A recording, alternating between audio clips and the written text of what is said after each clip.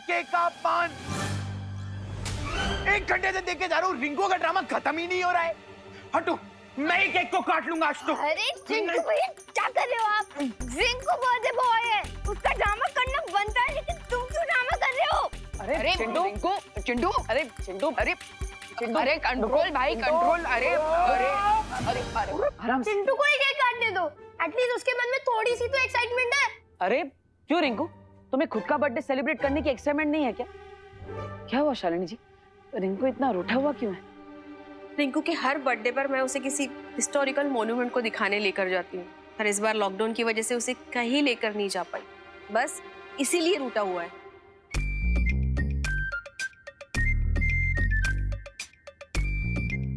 रिंकू, अब लॉकडाउन की वजह से कई सारे रेगुलेशंस थे, रूल्स थे, उसे फॉलो करने के लिए हमें पेरेंट्स को सपोर्ट करना चाहिए ना।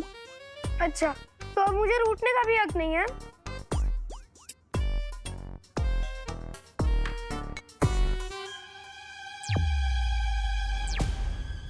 पार्टनर, रिंकू अपने बर्थडे के दिन रो रहा है, ये मुझे अच्छा नहीं लग रहा है। मुझे भी अच्छा नहीं लग रहा है। हम एक काम करते हैं, इसे ऐतिहासिक स्मारक दिखाने के लिए इजिप्ट ले चलते हैं। Great idea partner.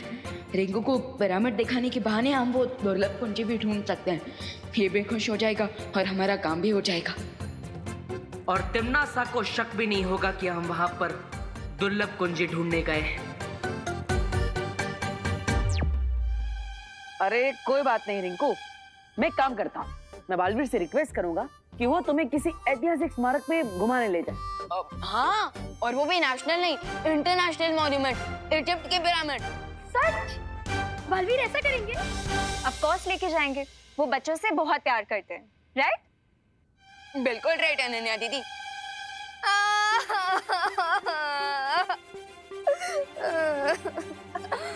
क्या हुआ रोहित, तुम क्यों रो रही हो? अब मैं नहीं, सारे बच्चे रोएंगे। बालवीर सिर्फ रिंकू को लेके जाएंगे इजिप्ट, हम बच्चों को नहीं।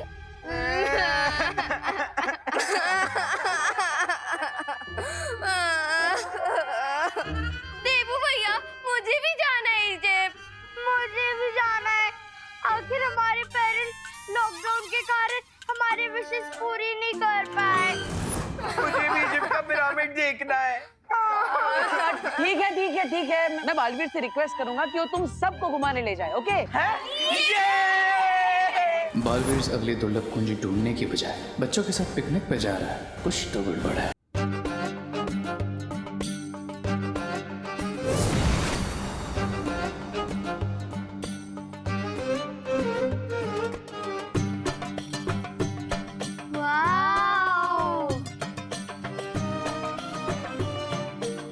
तो स्वागत है तुम सबका मिस्र की धरती पर। थैंक यू बालवीर, इतना अच्छा गिफ्ट तो मुझे कभी नहीं मिला। ऑसम, जितने बड़े पिरामिड्स फोटोज में लगते हैं, ये तो उससे भी ज्यादा लंबे लग रहे हैं। मुझे यकीन नहीं हो रहा है कि लोग इतनी दूर से ये पत्थरों का ढेर देखने आते हैं। हाँ भैया, अगर मेरा बर्थडे होता ना तो मैं बालवीर से ये पिरामिड्स नहीं मांगती गिफ्ट में, पिज्जा मांगती, पिज्जा।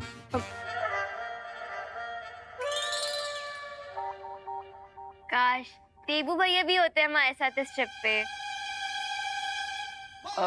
वो माँ ने देबू भैया को किसी जरूरी काम से भेजा है ना, और देबू भैया माँ की बात कहाँ टाल सकते हैं? क्या तुम लोगों को पता है पिरामिड्स आज से 4500 साल पहले बने थे? और क्या तुम्हें पता है पिरामिड के हर एक पत्थर का वेट 5 से 10 टन का होता है? और क्या तुम लोगों को पता है? बस रिंकू, प्लीज स्टॉप। क्या हम अब अंदर जाएं? रिंकू, माना कि आज तेरा बर्थडे है, लेकिन अगर तू ही हमें सब कुछ बता देगा तो फिर हम देखेंगे क्या? हाँ, तो अब पिरामिड के अंदर चलें? हाँ चलो। जाओ बच्चों, चलो चलो। जाओ। वैसे पार्टनर, हमने इन बच्चों को यहाँ लाकर कोई मिस्टेक तो नहीं कर दी ना? तुम्हें ऐसा क्यों लगता है? क्योंकि हम यहाँ आए हैं किसी दूसरे मकसद से, लेकिन इन सबको कवर बना के।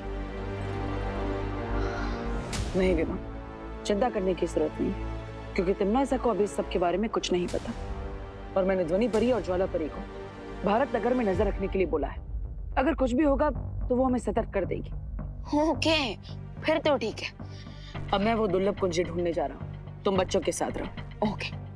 एक पल रुको, ज्यादा चिंता मत करो और बेफिक्र हो के इस सैर का मजा लो। तभी तो किसी को हम पर शक नहीं होगा कि हम यहाँ पे किसी मकसद से आए।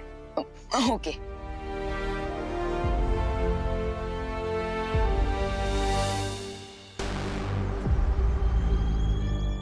हमें अहंकार का पाठ पढ़ाने वाला शौर्य आज खुद अहंकार में इतना अंधा हो गया है कि उसे लगता है वो हमसे आगे है। इसीलिए तो दोनों बालवीर भी छुट्टी मनाने के लिए सारे बच्चों के साथ पिरामिड देखने इजिप्ट चले गए।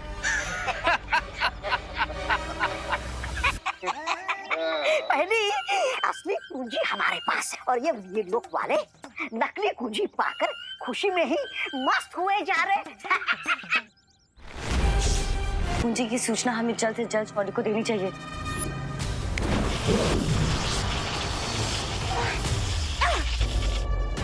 सॉरी परियों, लेकिन अब मेरे इस मैजिक के कारण ना तो तुम कोई मैजिक कर पाओगे और ना ही अर्थ के एटमॉस्फेयर के बाहर जा पाओगे।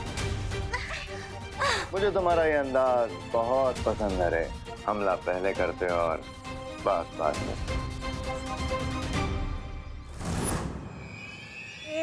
भाई राजा, आप अपना अंदाज अपने पास रखिए। वो देखिए परिया भाग रही है।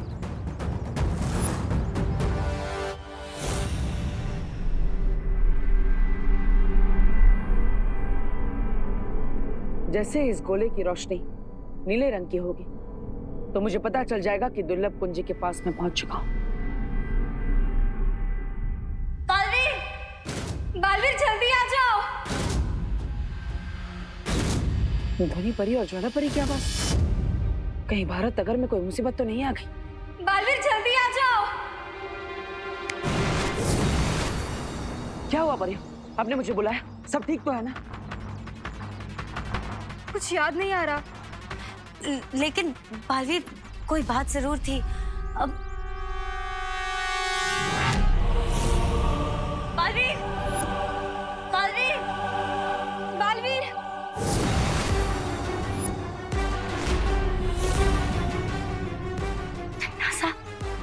मौत, मुसीबत और तिम्नासा बिना बताए ही आते हैं।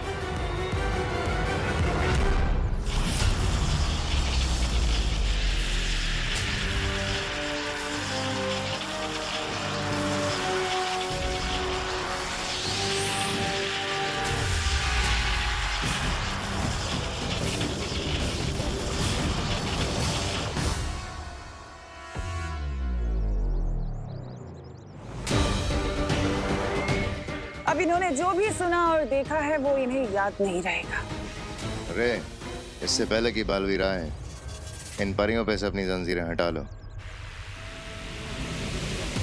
There you go.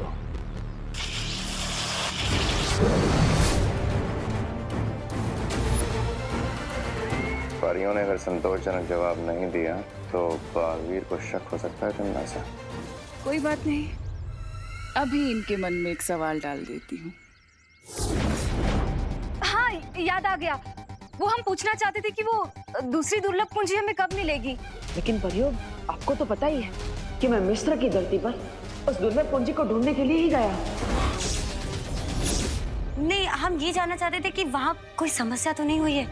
नहीं, अभी तो वहाँ पर कोई समस्या नहीं है, क्योंकि तिम्नासा को ये लगता है कि मैं मिस्र बच्चों को सैर कराने के लिए लेकर गया, जबकि असल में मैं उस कुंजी को ढूंढने के लिए ही गया। ठीक है बालवीर, तुम जाओ और सफल होकर लौटो। हाँ ज्वाला परी, आप भी संभल कर रहिएगा। पता नहीं तिम्नासा कौन से चाल चलते। हाँ बालवीर। यानी दूध से गैया और पनीर खाए हलवाई। यूं तो हम अपना राज छुपाने की बहुत कोशिश कर रहे थे, लेकिन इन बेचारों का खुद का ही राज ओपन हो गया। और इस जीत का सारा श्रेय मुझे जाना चाहिए, क्योंकि मैंने भैरानी को बुलाया था, है ना भैरानी? श्रेय भी मिलेगा, तौबा तौबा, और इनाम भी। बस कुछ वक्त और। अब तुम लोग जाकर इन परियों को अपने कब्जे में ले लो, इससे पहले कि इन लोगों की याददाश्त वापस आए, क्योंकि हमारे पास बस 4 पहर का ही वक्त है। चिंता मत करो तिमनासा, बहुत जल्द वो दोनों परी हमारे कब्जे में होंगे। ठीक है भैमार, अब मैं मिस्र जा रही हूँ बालवीर से उस दूसरी कुंजी को छीनने।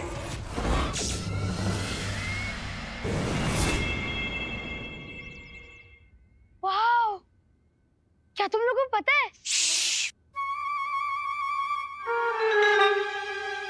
अरे क्या शूशु, बर्थडे मेरा, बर्थडे की ट्रिप भी मेरी, और तुम लोग मुझे ही चुप करा रहे हो। How rude.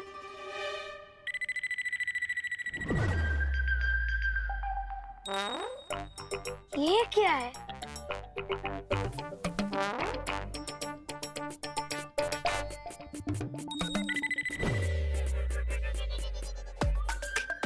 अरे ये तो कोई लिपि है, लेकिन इसके बारे में तो मुझे कोई इन्फॉर्मेशन ही नहीं है। ओह थैंक गॉड, कोई ऐसी चीज तो है जिसके बारे में रिंकू को इन्फॉर्मेशन नहीं है।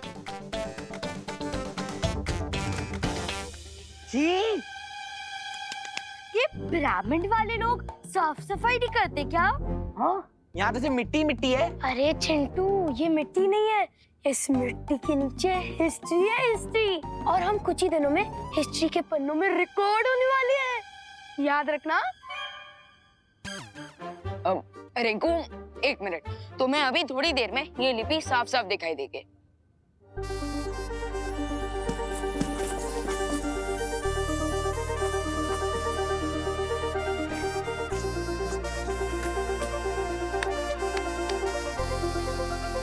अरे ये तो हिएरोग्लिफ लैंग्वेज में लिखा हुआ है, लेकिन अब हम इसे पढ़ेंगे कैसे? रिंकू, अगर तुम इतनी दूर आकर भी यहाँ की कहानी ना समझ पाए तो क्या फायदा। तो एक मिनट,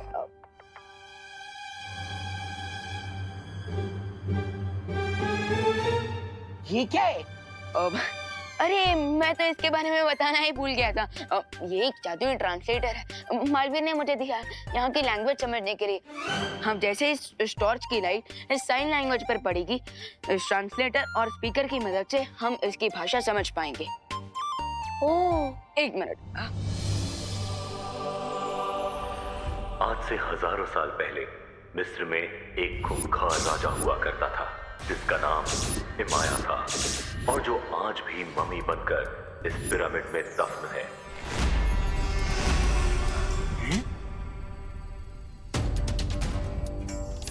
राजा इमाया के पास काली शक्तियों वाला एक ताज था, जिसे पहनने के बाद इमाया के अंदर काली शक्तियां समा जाती थी। इस ताज की मदद से राजा इमाया ने मौत की सेना तैयार कर ली थी, और उस सेना के इस्तेमाल से वो पूरी दुनिया पर बुराई का राज स्थापित करना चाहता था। लेकिन अच्छाई की शक्तियों ने राजा इमाया के इरादे को पूरा नहीं होने दिया, और उसका काली शक्तियों वाला ताज छीनकर राजा इमाया को मम्मी बनाकर पिरामिड में दफन कर दिया। क्या यहीं पे? यहीं डालना था। वाओ,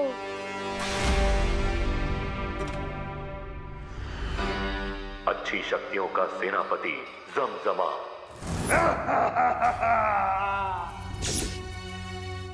उस ताज को निगलकर भस्म हो गया, क्योंकि वो नहीं चाहता था कि वो ताज किसी को मिले। लेकिन अभी भी वो काली शक्तियों वाला ताज नष्ट नहीं हुआ है। उस ताज को पूरी तरह से भस्म करने वाली 3 वस्तुएं, मशाल, तेल और चिंगारी, इसी पिरामिड के 1000 कमरों में से किसी 3 कमरों में रखी हुई है। राजा इमाया अभी भी जिंदा है। क्या?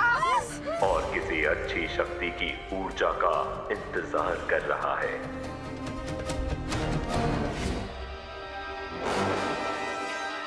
वाओ, और रिंकू सर मैं कहाँ पे लेके आ गया?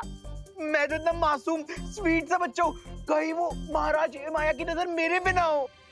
अरे रिलैक्स चिंटू, ये सब सिर्फ कहानियों में होता है, जेल डरने की कोई बात नहीं है। ठीक है,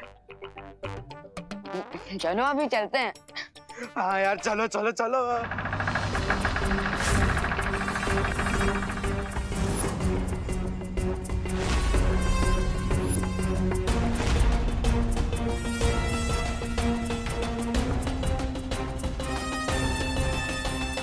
एक मिनट, ये रास्ता तो पहले यहाँ पर नहीं था, ये अचानक से यहाँ पर कैसे आ गया?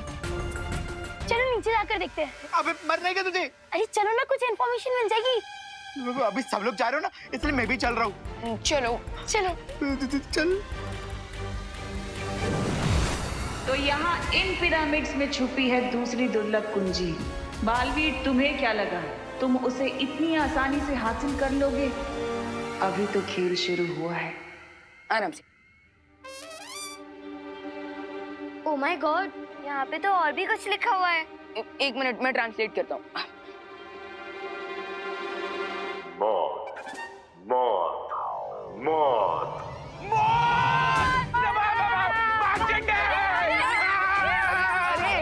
अरे अरे रुको, रुको।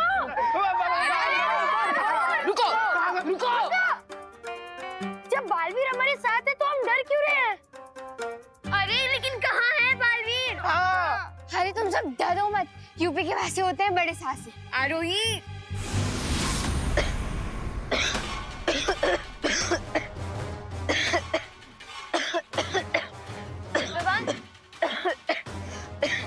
भगवान तो ठीक तो है ना?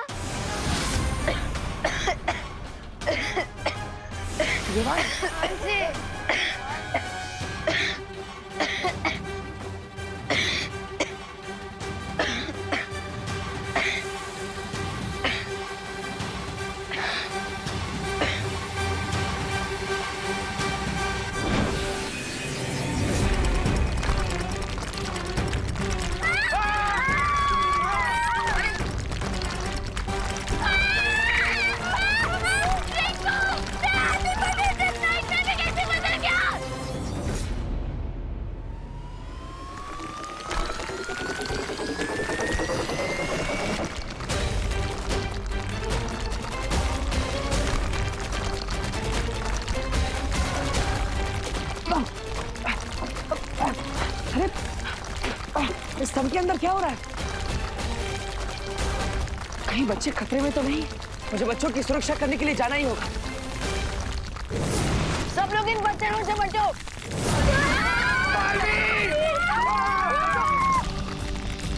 एक साथ आ जाओ, एक साथ आ जाओ।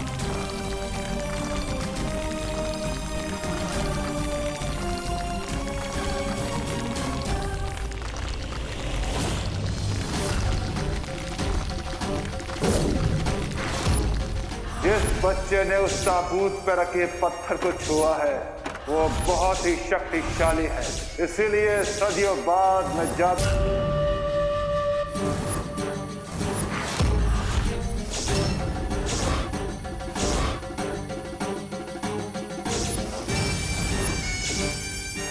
जिस बच्चे ने उस ताबूत पर रखे पत्थर को छुआ है वो बहुत ही शक्तिशाली है,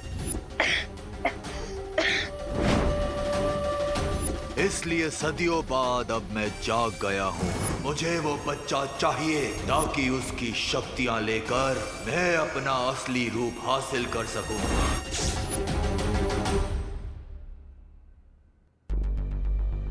कहीं विवान और अनन्या का शक सही तो नहीं है? शुंडाकारी स्तंभ में जो हुआ वो किसी खतरे की घंटी तो नहीं थी, जिसे मैं समझ नहीं पा रहा।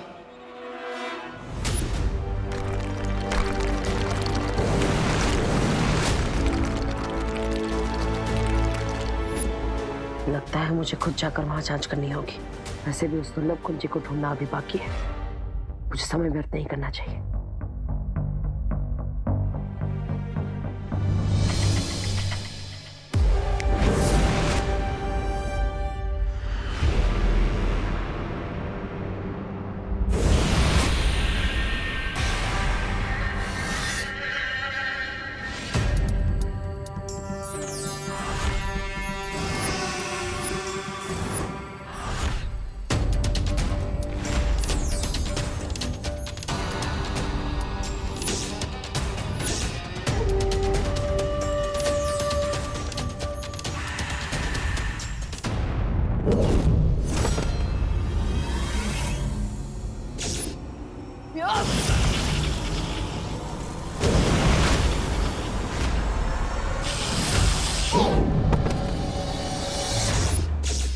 हमारे नए मेहमान के साथ ऐसा सलूक।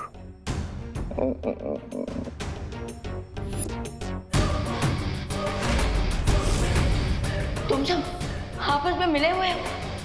तुम्हें क्या लगा विभा कि तुम्हारा इजिप्ट का टूर हमें डिस्ट्रैक्ट कर देगा? माफ करना, पर क्या है ना कि तुम्हारे पीछे पीछे तिमनासा भी मिस्र पहुंच गए और वहां उसे मिल गया उसका नया दोस्त। हाकून इब्न इनारंग, तुम्हें देख के लगता है कि तुम्हारे अंदर भी अच्छाई को नेस्तो नाबूद करने की तड़प है। बिल्कुल सही समझा तुमने। और जिस अच्छाई की ताकत ने तुम्हें जगाया है उस तक पहुंचाने का रास्ता मैं तुम्हें बता दूंगी। काल लोक की रानी तिमनासा ने मुझे यहाँ तक पहुँचाने के लिए खुफिया रास्ता तैयार किया। अब समय है सम्राट हिमाया अपना वादा पूरा करने का। जरूर भीमहार, जरूर।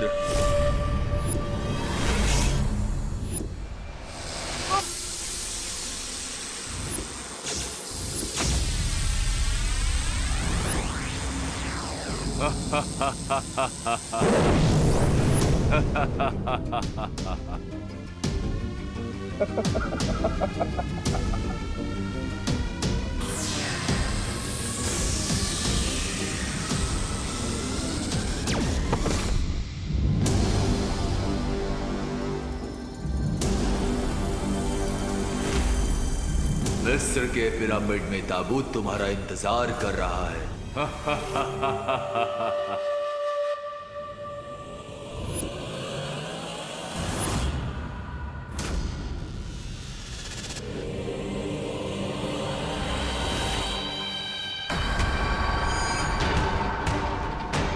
यकूत वल हंद जूद, महारमी बनी हरूद, समित्रा मबूद, यद कफा नमीरूद, वयम दहा मैसुर, जदीद सली